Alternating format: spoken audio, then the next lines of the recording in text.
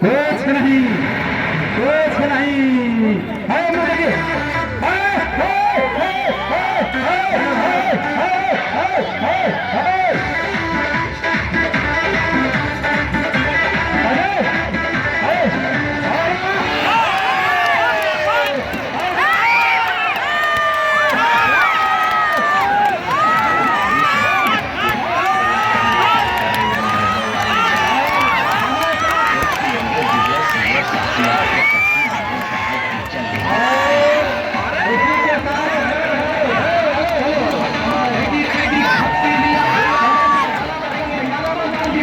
गाना बंद कर दिए, हाथ मिलाइए, फिर कुश्ती कर कराएंगे। हाथ मिलाइए। इसी के साथ समय समाप्त, दोनों पालनों का स्टेशन आ चुका।